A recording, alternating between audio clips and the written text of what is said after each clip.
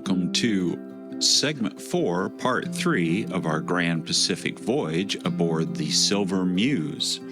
Today includes 2 stops in New Zealand, Napier, and Wellington, the capital of New Zealand, where we will geek out once more and follow in the footsteps of the Lord of the Rings. Located on the huge arc of Hawke's Bay, Napier enjoys a beautiful Mediterranean-style climate and a chilled, wine-centric sort of vibe and culture.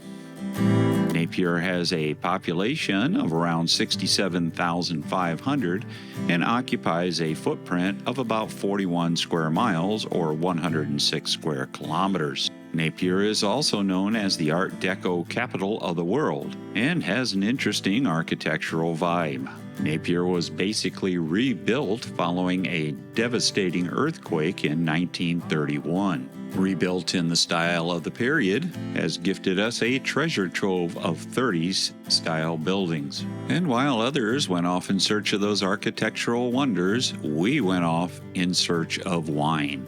Our excursion today would take us to 2 different wineries. In the Hawke's Bay wine region, Abbey Estate Cellars, established in 2002 on 13 hectares or 31 plus acres of silted red metal soils. Abbey Cellars is family run and family owned, making a variety of beautiful and luscious wines.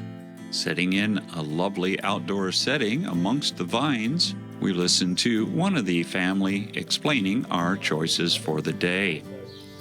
Those choices would be a lovely Pinot Gris, a Chardonnay, a late harvest Sauterine type sweet dessert wine, and 2 reds, a Merlot and a Cabernet Sauvignon Merlot blend. These days, double-sized 500-litre size barrels. So just lightly oaks the edges, leaves all the fresh fruit acidity in the middle, and about 30% of the barrels go through a secondary ferment, malolactic, to create a little bit of oily, buttery characters, but not too much. And we always get stone fruit flavours in Hawke's Bay, which is in nectarines and peaches. So it spends 10 months in that French oak barrels. Then we'll move on to a couple of red wines. We've got Rapture Merlot. All of the selections were quite nice, and very little of it went into the overflow bucket. After the partaking of the wine, sales were brisk at the store, and we headed off towards our next stop, Clearview Estate. The Clearview Estate winery and restaurant sits nestled among the vines in a well-established coastal setting near Cape Kidnappers. Owner Tim Turvey purchased the property that would become the winery in 1986 and bottled his first vintage in 1989. Here we indulged in 4 wines, 3 whites and 1 red, along with a beautifully presented charcuterie board. It was raining when we arrived, but we were tucked up safe and dry in a covered portion of the restaurant. From there, it was back on our coach and about a 1-hour drive back to the Silver Muse. Once back on board, we dressed for dinner and headed downstairs to Indochine. Tonight we were joining friends for dinner, and since it was formal night, everyone dressed to impress. Indochine is Silver Muse's Asian fusion restaurant, and we started with sweet and sour soup, then moved to Malaysian fried rice, which was a special request from the kitchen. While the rest of it was the standard Indochine fare, keep in mind that with enough notice, the kitchen in any of the restaurants will accommodate special requests and off-menu items. And after dinner, we were out and about, carousing about the ship, then off to bed and get ready for the next day in Wellington, New Zealand. Wellington is the capital of New Zealand and is also known as Windy Wellington. That particular moniker would become very evident as we traveled around Wellington.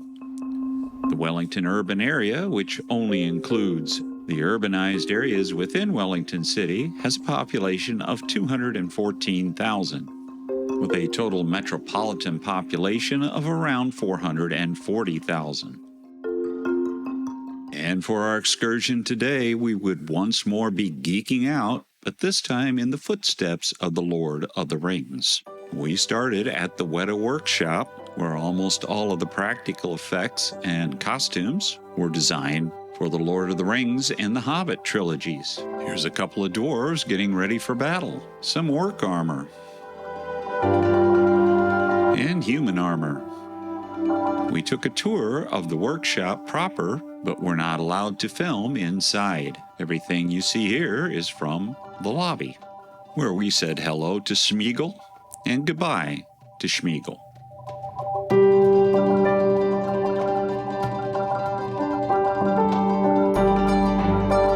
From the Weta Workshop, it was on to Mount Victoria Lookout for a nice panoramic view of the city of Wellington. And living up to its nickname, as you can see, it's rather windy.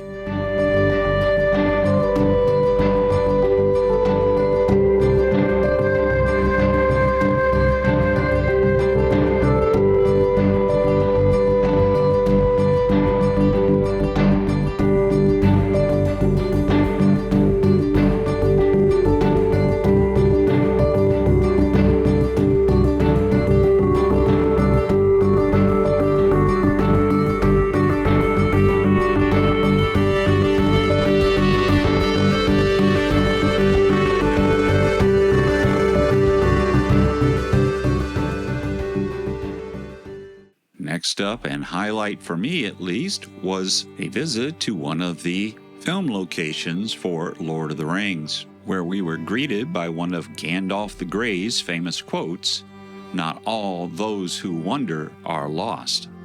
This location was home to several of the scenes from the first movie.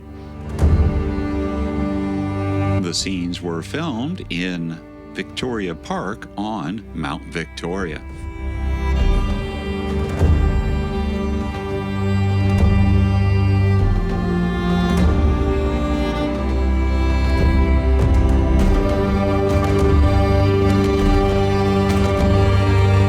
This location was used to film key scenes such as the hobbits on the road in the Outer Shire, and probably most importantly, the hobbits meeting and hiding from the Nazgul. Here is the location and hollow where the hobbits hid. The tree was added later.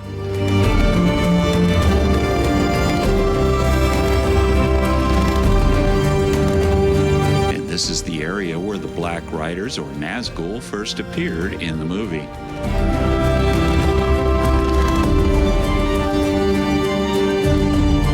As the story goes, Peter Jackson filmed here at night, and the lights and smoke machines caused people looking up from Wellington to decide that the forest was on fire. The fire department showed up to respond, and to thank them for not kicking him off the mountain, Peter Jackson offered them jobs as orcs in later scenes. And aside from the cool factor of walking in the footsteps of the Lord of the Rings, the location, the park, and the mountain was a beautiful and satisfying nature walk. And after our visit to Mount Wellington, it was time to get back on board and sail away from windy Wellington on a choppy, windy, but still beautiful sail away.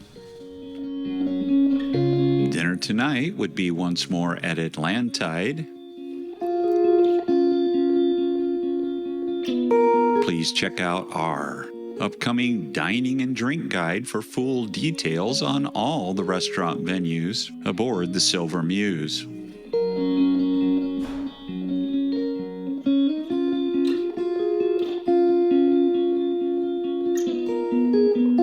That night, with a beautiful sunset, we headed on for our last two stops in New Zealand. Well, that's it for Segment 4, Part 3. Please help us out by liking, subscribing, and ringing that notification bell to be kept up to date with all new videos. Next up in Segment 4, Part 4, We go to Picton, New Zealand, Nelson, New Zealand, 3 days at sea before ending our 57-day voyage in Sydney, Australia. Please check out some of our other videos, and as always, safe and happy travels from T's Cruise and Travel Muse.